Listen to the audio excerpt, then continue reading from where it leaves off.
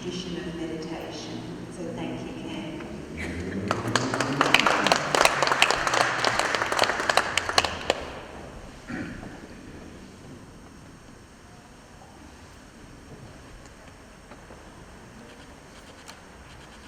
Good morning, everyone. I'm Cameron. Some of you may know me, others may not. I've joined the Toowoomba Interfaith Working Group over the last year, and it's amazing how much I've learned being with them and the different experiences that I've had a chance to be part of. So a big thank you to Phil and Merlin College and Joanne and the church here today giving me this opportunity to actually talk to you about Sikh meditation. I am a Sikh, as you can tell. I'm wearing a turban. Most of the Sikhs wear turbans. You may find that a lot of women don't wear the turban, but they opt for the scarf, which is called a chuni, which is covered in heads with like a scarf. But the turban can be worn by women as well as men. You may not see as many women, but there are many women who do wear a turban as well. Our men support a beard as well. So some of the taxi drivers in Brisbane or the doctors, you'll find they'll be wearing, if you see the wearing turban and a beard, most of the time 90% of them will be a Sikh in the Sikh faith. Just quickly a little bit of the Sikh faith, if some of you are not aware of it. We believe in one God, and we have 10 spiritual teachers, and we call them Guru. So we have 10 Gurus, as the Jews have Jesus Christ, the Muslims have Muhammad Sahib. So we have 10 Gurus, spiritual teachers. And after the 10th Guru, we were given the Holy Scriptures as our perpetual Guru after that. So all in all, we have 10 living Gurus, and then we had the Scriptures. Now the first Guru was Guru Nanak Dev Ji, the founder of the Sikh faith. And he stressed the importance of remembering the Creator, the one God, because He has given us everything. And the way we remember God is through meditation. Now, meditation, I'm amazed that what I listened to today is very similar to what I'm going to talk about, so I'll try not to repeat what the previous two speakers have talked about. It's really to get that inner peace that we do meditation. But from a Sikh perspective, we're also remembering God and thanking Him for what He has given us. Because everything around us is His creation. And we believe that God exists in His creation. So everyone that I look at now, in front of me, God is in you as well. So the plants and everything outside, so all His creation, He exists within His creation. That's what our belief is. So to remember Him is one of the biggest things that we are taught from a very young age, that we remember God as much as He can, like 24 hours a day, if you can. That was mentioned by a Buddhist brother and Auntie Lady Freddie at the level of the one, that we do remember Him as much as we can. But by remembering Him, we're also thanking Him for everything that He has given us. Can everybody hear me? Yes. I'm just standing a bit back with the amplifier at this one of the mic a little bit to get the music that I'm going to play later on as well. So for a Sikh, the instruction is that we rise early in the morning, have a bath or shower. And this time, and it's advisable that as soon as you wake up in the morning, you start reciting the Sikh scriptures, or you start your meditation by repeating the name of God. So by the time, from the time you get up, you start reciting God's name. And for a Sikh, we have to say 5 prayers in the morning. So that is a definite for every, especially the baptized Sikhs. So for their daily routine, Sikhs are encouraged to get up early, the early hours of the morning, shower, and then sit down and remember God. Early hours of the morning are called Amrit Vela, which means the ambrosial hours. And Amrit Vela is considered to be between 2 a.m. and 6 a.m. So some of the Sikhs will get up quite early, like 2 a.m. in the morning, and then sit down, after their shower, will sit down and start saying their prayers. Now, Guru Nanak Dev Ji, our first prophet, or our first Guru, emphasized again the importance of getting up early and saying your prayers. And he says that In Amrit Vela, chant the true name and contemplate his glorious greatness. So that's actually on Ang 2 of the Sikh Holy Scriptures. Guru Arjan Dev Ji, our fifth Guru, on Ang 734 of the Sri Guru Granth Sahib Ji says, "The Lord's wealth is like jewels, gems and rubies. At the appointed time in the Amrit Vela, the ambrosial hours of the morning, the Lord's devotees lovingly center their attention on the Lord and the wealth of the Lord." So the devotees of the Lord plant the seed of Lord's wealth in the ambrosial hours of the Amrit Vela. They eat it, they spend it, but it is never exhausted. So we've got to keep on remembering God as much as we can, starting at the very early hours of the morning. Now, how do we meditate? Sikhs repeat the name of God during meditation. There are many names of God in the Sri Guru Granth Sahib Ji, which are our holy scriptures. And one of them is Waheguru, Satnam, Bitla, Allah, Ram, Rahim. So lots of names that are given to God. Even Lal, which means a precious stone, like a ruby. So, it's like referring to you, someone you love very much. So there are many names. But when we're actually meditating, we use the word Waheguru or Satnam. Waheguru is the one that I've chosen today to do the meditation, and the music that I've got is also, we are repeating the name of God as Waheguru. Wahe is made of two words, like Wahe and Guru. Wahe means the great one, the wonderful one, or the wow factor, like, he's wonderful. And Guru is made up of two syllables, like Gu and Ru. Gu means darkness, Ru means light. So in this context, Guru means someone that takes you out of darkness into spiritual enlightenment. So Wahe Guru means the great, wonderful Guru, or someone who's going to take you out of darkness into spiritual enlightenment. So that's the word that we use to do our chanting. So when doing a Simran or meditation at Amrit Vela, we repeat Waheguru, and one day we pray and we hope that he will hear us and will reach the spiritual realm and obtain salvation. Because by meditation, we can obtain salvation. So what do we do first thing in the morning? Get up. Because once you're up, there's 90% of the job done. Because getting out of bed, I don't know about you, but I'm just terrible. I just lie there another minute. I'm worse than my kids, actually.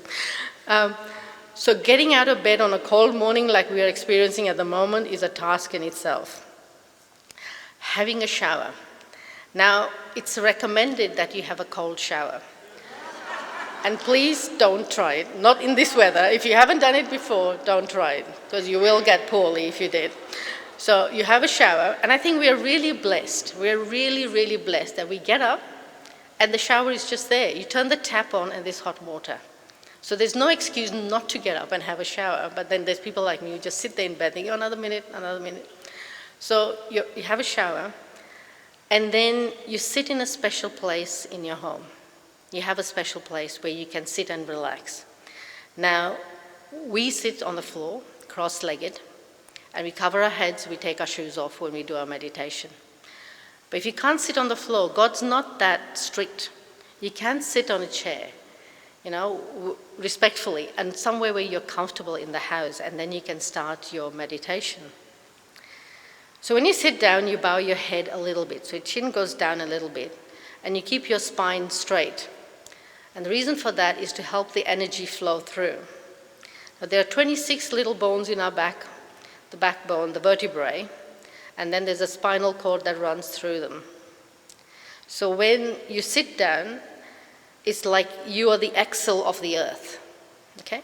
So from the crown of your head to the base of your spine to the center of the earth, you have that straight line, okay? Now, all of us can't do that for long. That's okay. Like I said, God's not that strict. But if we can do our best, I think he'll be appreciative of that. So that's how we sit down, and we sit down cross-legged, like I said. Then we close our eyes if possible. And we're going to try that today. We're going to close our eyes and try and do that today. And if you can't close your eyes, that's okay too. And if you do close your eyes, you're probably going to have a peek, like, oh, is she closed? Has she closed her eyes?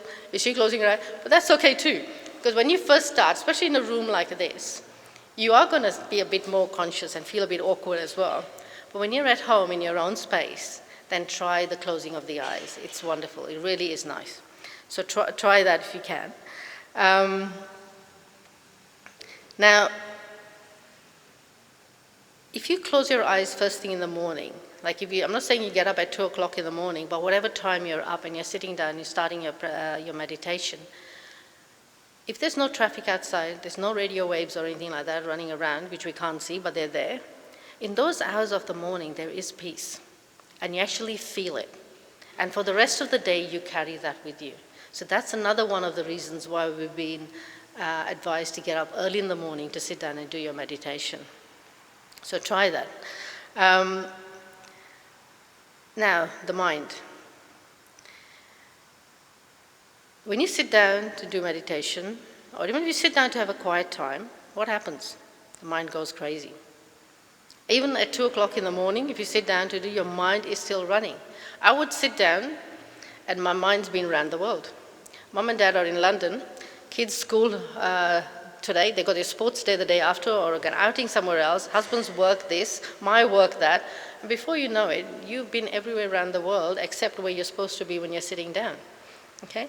So don't be angry with the mind, because that's what the mind is. The mind has to do this. If it wasn't for the mind and the thoughts that come into our minds, everything around us would not exist. Like the pews, for example, the carpet, anything, the cameras, the mic.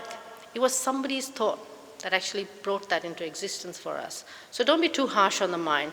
Just try and calm it and bring it back into the meditation again. And over time, you will find that it will start settling down. Settling the mind is the hardest bit on earth. I don't think even labor was that hard when I had my babies, but settling the mind, getting it back, within seconds, it'll be off. And when I actually look at the time of when I sat down to do my meditation, 95% of the time my mind's been somewhere else. It's only that 5% that actually paid attention to what I was trying to do and keep it calm. So when it starts running around, don't worry, just bring it back and say, okay, just shut up for now. I'll get back to that thought. Let's just concentrate on what we're trying to do over here. Now, our mind is our best friend, and it is also our worst enemy. We have to control our thoughts. Good thoughts will plant good seeds in the mind, and bad thoughts will plant evil seeds. So the controlling of the mind is important. It can run wild, but we've got to control it as well to have good thoughts in our mind, so good seeds are being planted within our mind. So controlling the mind with meditation, reading the scriptures, or singing the scriptures is highly recommended in the Sikh faith. Now, with the Sikh faith, our scriptures are written in a musical tone from start to end. 1,430 ang, we refer to the pages as ang, 1,430 all in musical form. And the different musical forms for different times of the day, the different moods, the different ceremonies, and the different things that happen in our lives, like birth and death, illness, happy times. Or like with our initiation ceremony, there's a different tone that's written down for that. So, and reading the scriptures.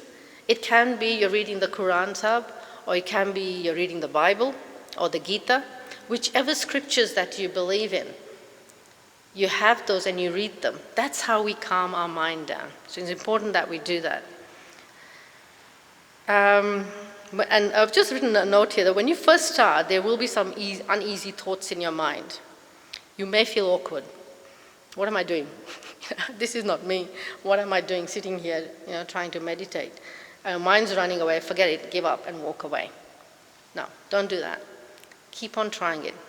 2 minutes today, 5 minutes tomorrow, 7 minutes another day, and then you'll find that gradually your mind will start settling down and you'll start your meditation and calming down as well. And the idea of meditation is to relax, have deep breaths, and get the body into a gentle rhythm with the breath. Now, we all talk about peace of mind, shanti, as they say it in the Indian language. And it's important for us to have that in our lives, because our lives at the moment are so busy. You know, if it's not something at work, it's something at home. If it's not something at home, it's some other commitments we've made. So constantly our mind is running around thinking, I've got to do that, I've got to do that, I've got to do that, I haven't done this yet, I've got to do that. So we got to learn, find a way of calming that mind. So with the Sikh faith, when we talk about meditation, we talk about not just calming the mind, but we combine it with remembering him and thanking him. So biased as I am, I would say that this is the best way to do the meditation, is remember him by repeating his name. So you're thanking him for everything that he's given you, but at the same time your own mind is settling down and your body is settling down as well. So, now there are a number of techniques of meditation that we've heard of today as well, and many others out there, because you just got to go on Google nowadays. You know, Uncle Google is what I call it at home, and he'll have the answers for everything. So there are many techniques, and using your breath is a very important technique as well. And the ones that I'm going to use, that I'm going to talk about today, is the one that I have used that have worked for me, so I think is the best ones to talk about when I've actually experienced them myself. So to calm the mind, to just listen and recite Waheguru is the way that I do it. So you sit down and I just repeat Waheguru, Waheguru, Waheguru, Waheguru, Waheguru, as we did Amita for before. So it's again the same thing. We're just repeating God's, a different name for God. Waheguru, Waheguru, Waheguru, Waheguru. And we're going to try those. I've got 3 tracks here today that I picked up yesterday that we're going to try doing that meditation with. And we will close our eyes and we'll sit as comfortably as we can and listen. When we are comfortable, we start to say the name of God as if we are calling him out lovingly. So we're actually calling someone that we love so much by their name. So we're saying Waheguru, Waheguru, Waheguru. And that can change. That can change to Waheguru, Waheguru, Waheguru, as you feel more love for him. And it's important that you say it aloud. Because when you say it aloud, your mouth is saying it, but your ears are hearing it. So the concentration gets better. So your whole body is involved in it, because your mouth is saying it, your ears are hearing it, so it's coming out, but it's going back into your system as well. So it's important to do it loudly to start with. Having said that, if you're doing it first thing in the morning at 2 o'clock or 3 o'clock, make sure you're somewhere where you're not going to wake the rest of the household up. So again, it's important that you do it loudly. Loudly in the sense where you can hear yourself. Doesn't matter, the whole neighborhood doesn't have to hear you, as long as you can hear yourself, and it's going back into your system. So it's coming out, but it's also going back in. Another technique that's used is the use of breath, which we've talked about briefly before. So with the way I have practiced it, we say Wahe as you're breathing in, Guru as it's coming out. So you can't actually say Wahe when you're actually breathing in at the same time, but in your mind you're saying it. So Wah, Guru, Wah, Guru, Wah, Guru, Wah, Guru, Wah, Guru, Wah, Guru, Wah, Guru. And one of the tracks that I've got will help us do that. So I suppose I'll encourage you to sit comfortably now if you can.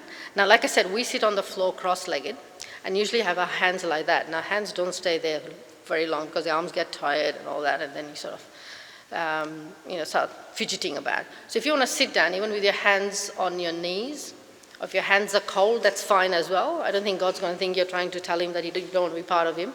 So I think that'd be fine too. Whichever way you're comfortable. So if you can sit down like that, and the back to be straight, and the head slightly tilted forward. And we can start with a slow breath.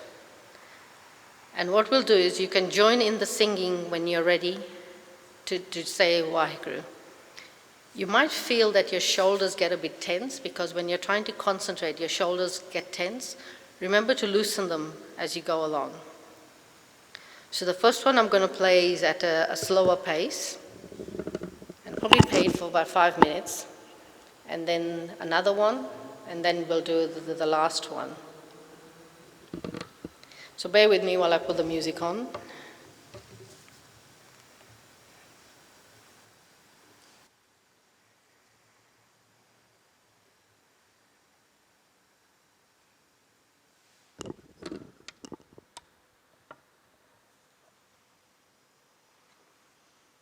Okay, you can start saying Waheguru when you're ready.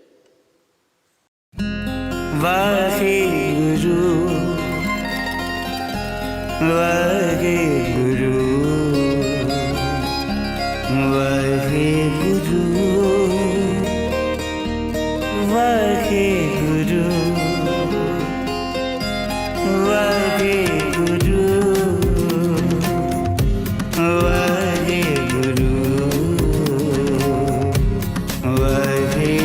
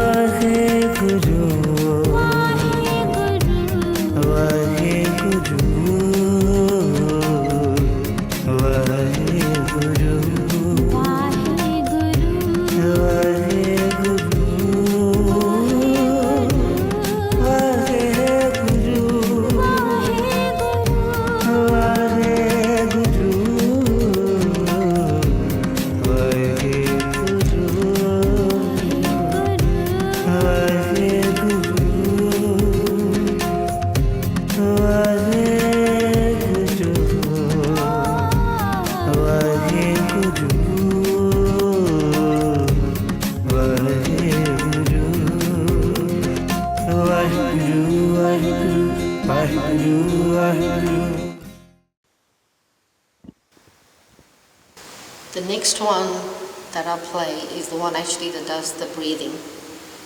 So when you're breathing in, it's wah, you're breathing out, it's guru. Now this is quite intense, so some of you might feel a bit lightheaded if you haven't actually done that at that pace before. So just take it easy, and I won't play it for too long though, because I think we're running out of time as well. Yeah.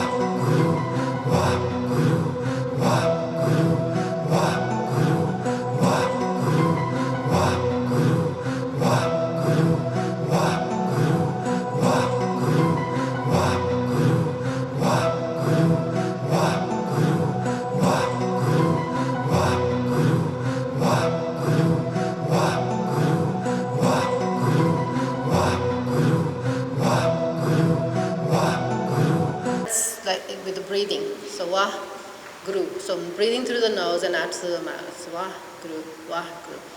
And like I said, the air goes straight to your brain when you're breathing. The oxygen goes straight to your brain. So some people do get very lightheaded. So it's best to do it either that pace or a lower pace. So that's one technique. Now the last one that I'm going to play, I don't know how much time have I got? About 3 minutes? Okay. The last one is actually a live recording, so I don't know how he's going to come on this, but we are encouraged when we do meditation, not just on our own, but to do with the Sadh Sangat, which means the true congregation. So we all sit together at the Gurdwara, which is the Sikh place of worship, and do the meditation there as well. So this is one that's recorded on New Year's Eve in 2014. Yeah, 2014, so I'll just play that one. I might just fast track it a little bit so we can, because when we start meditation with the music, we gradually build it up and then we get into it. So I'll jump that bit because that's about 1.5 minutes. So we'll just go straight into the meditation itself now.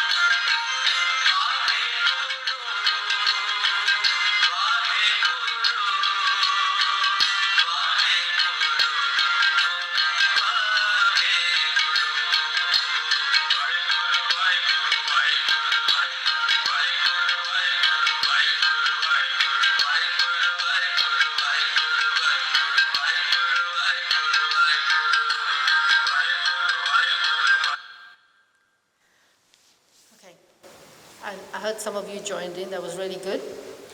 And it's, like I said, it does feel awkward when you haven't done this sort of chanting before, but over time you sort of pick it and you get used to it. Now, I don't know if you actually felt that, But when you're actually saying Waheguru, like Waheguru, Waheguru, Waheguru, Waheguru, you can actually hear the vibration within your eardrums, all the body. And that's part of that meditation, to feel that vibration. And then, and that relaxes your body, but also, that, like I said, at the same time, you're remembering God. So thank you for bearing with me this morning. Appreciate that very much. Again, thank you for giving me the opportunity. And this music is available, like I said, on Google. And if anybody wants links to them, I can send them through. Thank you again very much.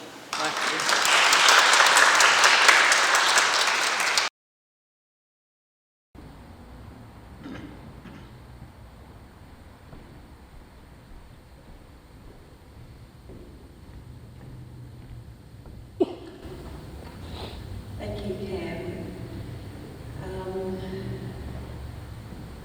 So thoughts that came to me then were, we don't want to just tolerate different faiths and different beliefs and different religions. We want to accept and respect them, and that comes from quite a different place. And no matter what our faith or no faith, every faith has something to teach us. And we can't receive that gift unless our hearts are open to receive. So, thank you very much, Cam. I also, we have our Silence for Peace meditation here every Tuesday afternoon, which is any faith or no faith, welcome to all people. I also have a Christian meditation group, of which there are many in Toowoomba. And so much of what Cam was saying then, it resonates within the Christian tradition as well. And the Christian tradition has a very long, ancient practice of meditation which has been lost. So I just want to say that as well. And I'm passionate about meditation, full stop. So now it's time to share or question. And so I'd like to invite Cam back up here, and Venerable Wu Jian, and Enya. If you'd like to take a seat up here, and feel free if you have anything you'd like to share or to ask our speakers today. Don't be shy if you've got anything you'd like to ask. And if you just stand up and ask it, and I'll repeat it on the microphone, because hopefully I'll hear it.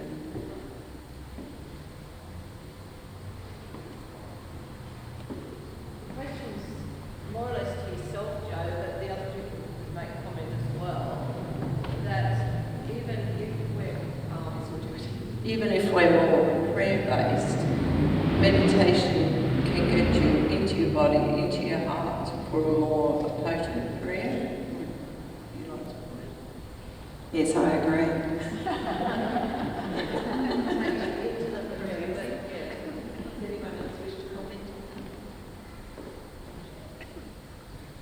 Like I said in my talk, we are all connected, and that energy that flows through each of us, we have to find a way of tapping into that, whether it's spiritually or physically in our own bodies. And I think meditation really helps us to get to know ourselves first, and that is the only way the world is going to change. You can't go out there and do a lot if you're not right in yourself first.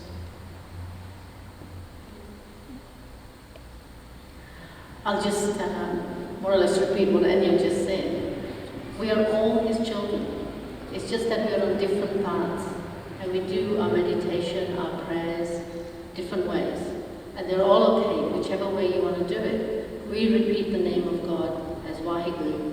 You could do the chanting with whatever name you want to use, my true Lord, my Lord, whatever you want to do. So I think, yes, it does open up the heart.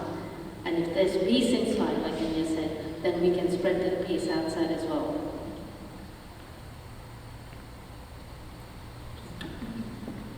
好，那么刚才跟大家分享meditation 最主要是把我们念头集中在一处。那么念头能够集中在一处，精神、这心灵，还有物质，我们身体就会好。念头好，念头善，他没有精神问题，他不会忧郁症。因为心理好，精神好，他身体就健康长寿。所以人要常常欢喜，跟大家结善缘。除了善念善行，这个人他一定是健康长寿的。So by concentration, the deep concentration of the mind, when you do the meditation or the chanting, you create a positive mental attitude and ability in your mind and body. So the benefits you have rid yourself of any unnecessary sickness, diseases, and the mental problem, the anger, and whatever you encounter. So by constantly meditation, you help yourself and the rest of the society, the family, to achieve peace and harmony within.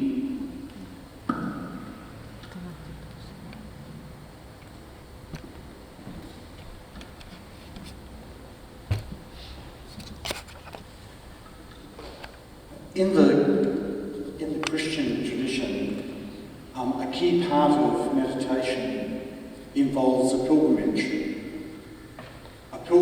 from your heart, from your mind to your heart. And labyrinth practice really helps that pilgrimage walk as you physically move. Is there a similar sort of context within other faith meditations? Is there a similar sort of resonance of that idea of pilgrimage and then moving from your heart, from your mind to your heart?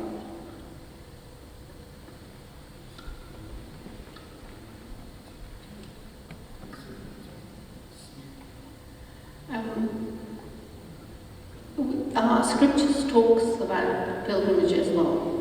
And generally people will interpret it as going from one place to a holy place that has some meaning to that particular religion.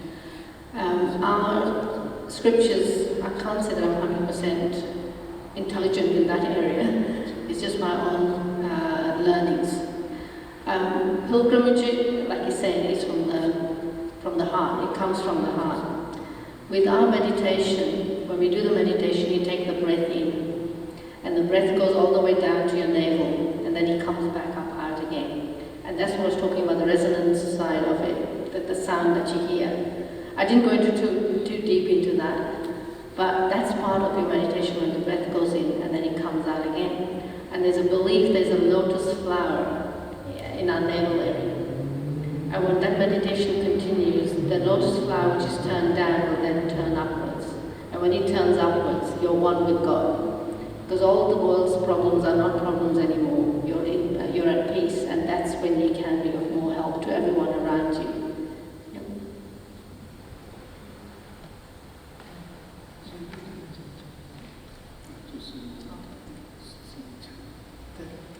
那么借由 meditation 是只能够达到我们心里的平静心境，那么调理我们身心，这是一个很好的方式。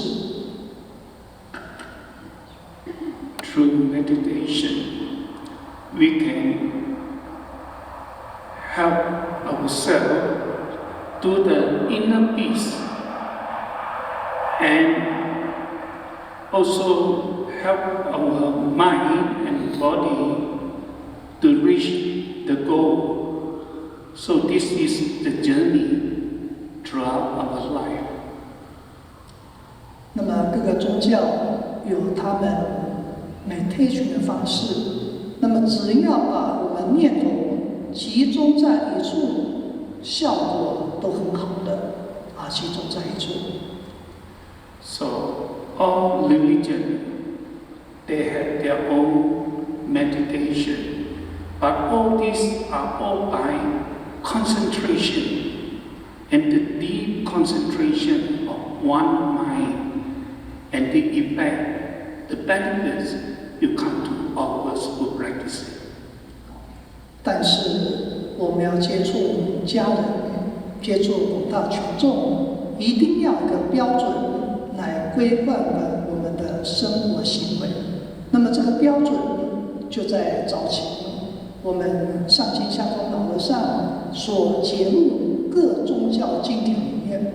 所以我们是宗教修行者，我们按照圣经按照各宗教经典常常读记住，然后落实在生活当中，这是我们一生所依据的标准。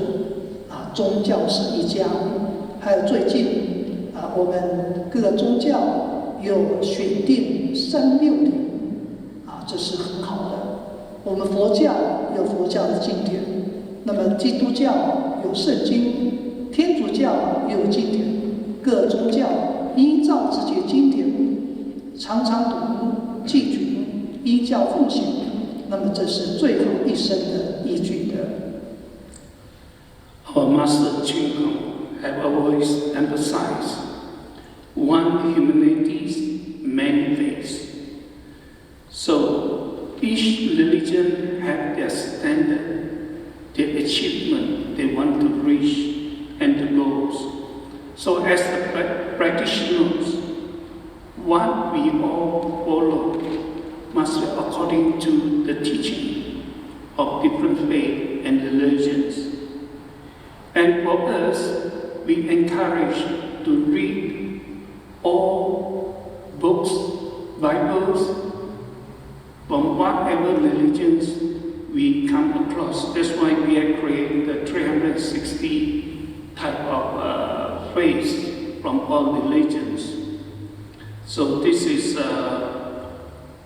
what we strongly propose: education through different religion, and from these, meditation is just part of it. But the understanding of each another and respect for all religions will help us to achieve peace and harmony in the world. 那么我举出各个宗教一条跟大家分享。Venerable Chen would like to share one phrase from the books here from the Catholics. 那么天主教有一条呢是讲到里面，我请我翻译者给大家听。His evil intent recoils upon his head. His wicked design came back into space. This is from the Bible. 那么这是告诉我们如果我们心情不好跟一些行为不好的，跟他伤害别人，那么这种恶报会让自己感招来。这就是我们佛家所讲的因果报应，善因善果，恶因有恶报。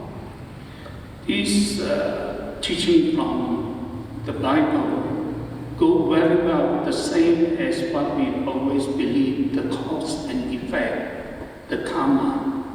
So being good, being bad, we all have to face the consequences of one actions. I'd just like to share my experience really, and I'm sure all of you have had the same. First of all, deep gratitude to all who are here who are leading this. The meter walk of meditation, the meter walk of meditation to me reminds us that we're all walking together in this, in the world in which we live. And I smiled to myself when I got to the corner down there, and there's the placard that says, if you want to walk on water, you've got to get out of the boat. So we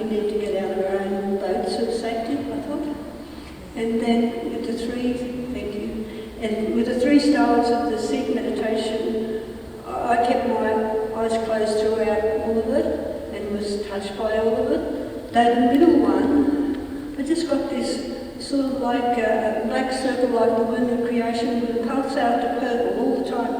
And that just kept on going all the time. So we're out of the womb of creation, and we can spread the light wherever we go. And then with the labyrinth, the gentleman who started me off said, "Claire, this is your journey," which would have been said to all of us. And I welled up actually as soon as I stepped on the labyrinth.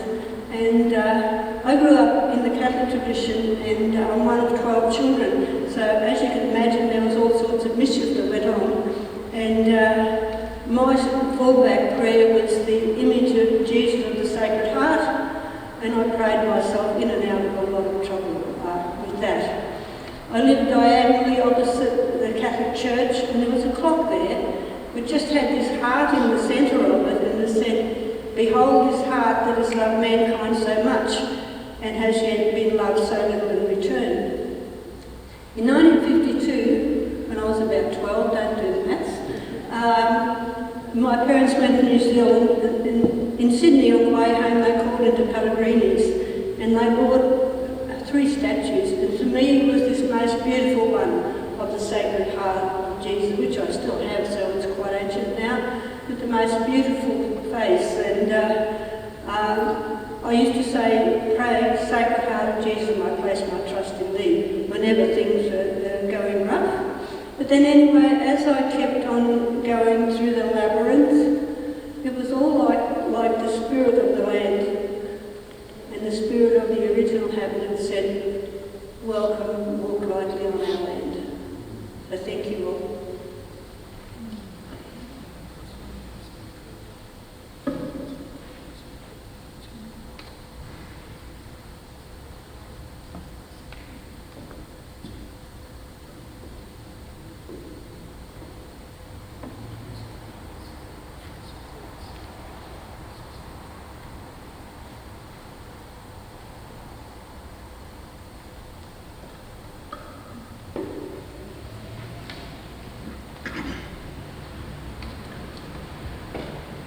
So if there's no more questions or offerings, we might start to finish up our beautiful morning.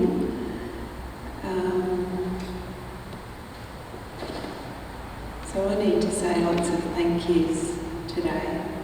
I need to say thank you to Father Robert for allowing us to use St Luke's Church. I need to say thank you for Alan, who was from St Luke's, who was our sound organiser, to Pure Land Learning College for providing morning tea for us, for Mei Ling and Hanif from the Multi-Faith Multicultural Centre as part of the organisation of today, and to Stephanie for bringing the material labyrinth and putting it out this morning. Thank you, Stephanie. To Randall and Susan Denning, who came up from Brisbane today, who are labyrinth passionistas, if that's such a word. Thank you for your enthusiasm, and there's folders down there too on the labyrinth. Feel free to take one of those. That's right, isn't it? The folders down there. And lastly, I wish to thank our wonderful speakers today for the gift of their time, their experience and their offering, their knowledge. So thank you, Venerable Wu Chong.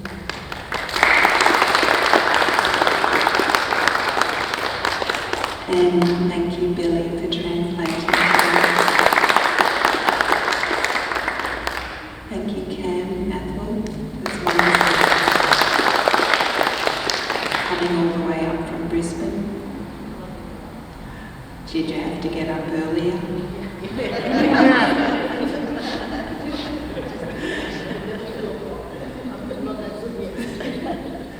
And thank you to Enya,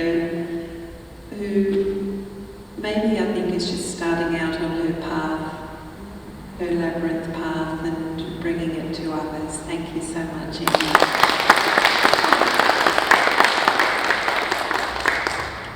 Thank you all, to each of you, for being here and making this such a lovely morning, such a lovely gathering, and learning about different ways we can tap into the peace within our own heart.